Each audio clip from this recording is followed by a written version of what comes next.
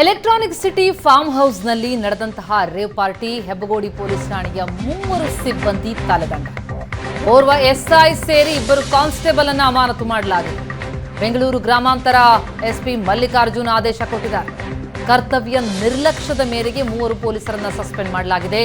Hebbagodi police ಠಾಣೆಯ SI Girish, beat officer Narayanaswamy suspend ಆಗಿದ್ದಾರೆ. Beat police ಸಿಬ್ಬಂದಿ ದೇವರಾಜು ಕೂಡ ಅಮಾನತಾಗಿದ್ದು, ರೇವ್ ಪಾರ್ಟಿ ಬಗ್ಗೆ ಮತ್ತಷ್ಟು ತನಿಖೆಯನ್ನು ಕೂಡ ಖಾಕಿ ಪಡೆ ಚುರುಕುಗೊಳಿಸ್ತಾ ಇದೆ. ಎಲೆಕ್ಟ್ರಾನಿಕ್ ಸಿಟಿಯ ಫಾರ್ಮ್ ಹೌಸ್ನಲ್ಲಿ ರೇವ್ ಪಾರ್ಟಿ ನಡೆಯಿತು. ಪಾರ್ಟಿ ಮೇಲೆ ಸಿಸಿಬಿ ಪೊಲೀಸರು ದಾಳಿಯನ್ನು ನಡೆಸಿ ಈಗಾಗಲೇ ಹಲವರನ್ನ ವಶಕ್ಕೆ ಪಡೆದಿದ್ದಾರೆ. ತನಿಖೆಗಳು ನಡೀತಾ ಇದೆ. ಇದರ ಮಧ್ಯೆ ಹೆಬ್ಬಗೋಡಿ ಪೊಲೀಸ್ ಠಾಣೆಗೆ 3 ಪೊಲೀಸ್ ಸಿಬ್ಬಂದಿಯ ತಲೆದಂಡ ಆಗಿದೆ. ಓರ್ವ ಎಸ್ಐ ಸೇರಿ 2 ಕಾನ್ಸ್ಟೇಬಲ್ ಅಮಾನತಾಗಿದ್ದಾರೆ. ಕರ್ತವ್ಯ ನಿರ್ಲಕ್ಷ್ಯದ ಮೇರೆಗೆ 3 ಪೊಲೀಸರು ಸಸ್ಪೆಂಡ್. ಈ ಬಗ್ಗೆ ಡೀಟೇಲ್ಸ್ ಕೊಡ್ತಾರೆ ನಮ್ಮ ರಿಪೋರ್ಟರ್ ಮಂಜುನಾಥ್ ಈಗ ಸಂಪರ್ಕದಲ್ಲಿದ್ದಾರೆ. ಮಂಜು, ಈ ರೇವ್ ಪಾರ್ಟಿ ವಿಚಾರಕ್ಕೆ ಸಂಬಂಧಪಟ್ಟಂತೆ ಸಾಕಷ್ಟು ವಿಚಾರಗಳು ಹೊರಬರ್ತಾ ಇತ್ತು. ಮತ್ತೆ ಪದೇ ಪದೇ ಇಲ್ಲಿ ಪಾರ್ಟಿ ಆಯೋಜನೆ ಆಗ್ತಾ ಇತ್ತಾ? ಅದೆಲ್ಲವೂ ಕೂಡ ಗಮನಕ್ಕೆ ಬಾರದೆ ನಿರ್ಲಕ್ಷ್ಯ ತೋರಿದ್ದಕ್ಕಾಗಿ ಈಗ ಪೊಲೀಸರ ಸಸ್ಪೆಂಡ್ ಆದದ್ದ? ಈ 3 ಪೊಲೀಸರ ಅಮಾನತು ಆಕ್ಷನ್ ಏನಿದೆ, ಈ ಬಗ್ಗೆ ಏನ್ ಡೀಟೇಲ್ಸ್ ಲಭ್ಯ ಆಗ್ತಾ ಇದೆ?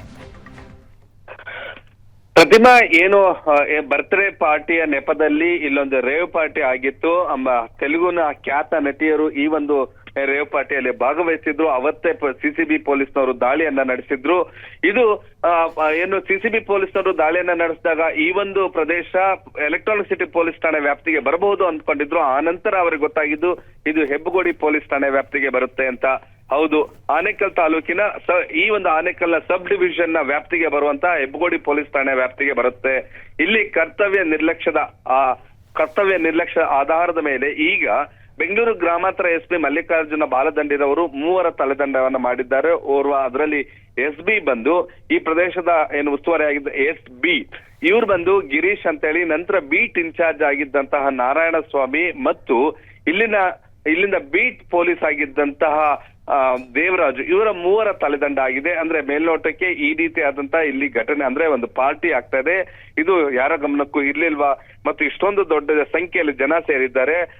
ಇಲ್ಲಿ ಬಳಸಲಾಗಿದ್ದಂತಹ ಆ ಒಂದು ಮ್ಯೂಸಿಕ್ ಮತ್ತು ಇಲ್ಲಿ ಜನ ಓಡಾಟ ಹೆಚ್ಚಾಗಿದೆ. ಇನ್ಯಾವುದೇ ಏನಾದ್ರೂ ಇಲ್ಲಿ ಅಚಾತುರ್ಯಗಳು ನಡೆದಿದ್ರೆ ಯಾರು ಹೊಣೆ ಎನ್ನುವಂತಹ ಮತ್ತು ಈ ಒಂದು ಕರ್ತವ್ಯ ಲೋಪದ ಹಿನ್ನೆಲೆಯಲ್ಲಿ ಈಗ ಮಲ್ಲಿಕಾರ್ಜುನ ಬಾಲದಂಡಿರವರು 3 ಅಮಾನತು ಆದೇಶವನ್ನ ಹೊರಡಿಸಿದ್ದಾರೆ.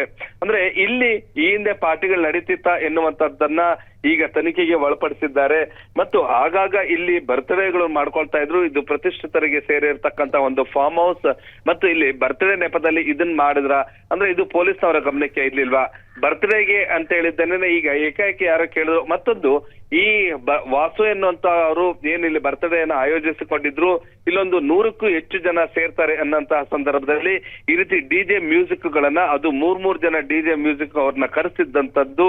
ಇದು ದೊಡ್ಡ ಮಟ್ಟದ ಒಂದು ಮ್ಯೂಸಿಕ್ ಪ್ರೋಗ್ರಾಮ್ ಇಲ್ಲಿ ಆಗಿದ್ದಾಗ ಪೊಲೀಸ್ನವರು ಯಾಕೆ ಅದ್ರ ಬಗ್ಗೆ ಆ ಕಡೆ ಲಕ್ಷ್ಯವನ್ನೇ ವಹಿಸ್ಲಿಲ್ಲ, ಇಲ್ಲಿ ಯಾವ ಒಂದು ರೀತಿಯಾದ ನಿರ್ಲಕ್ಷ್ಯವನ್ನ ಮಾಡಿದ್ರು ಅನ್ನುವಂತಹ ಕಾರಣದಿಂದ ಈಗ ಈ 3 ಪೊಲೀಸರ ತಲೆದಂಡ ಆಗಿದೆ.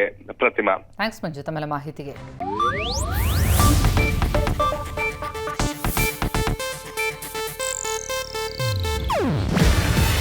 ಇದು ಏಷ್ಯಾನೆಟ್ ನ್ಯೂಸ್ ನೆಟ್ವರ್ಕ್ ಪ್ರಸ್ತುತಿ. ನೀವು ನೋಡ್ತಿದ್ದೀರಾ ಏಷ್ಯಾನೆಟ್ ಸುವರ್ಣ ನ್ಯೂಸ್.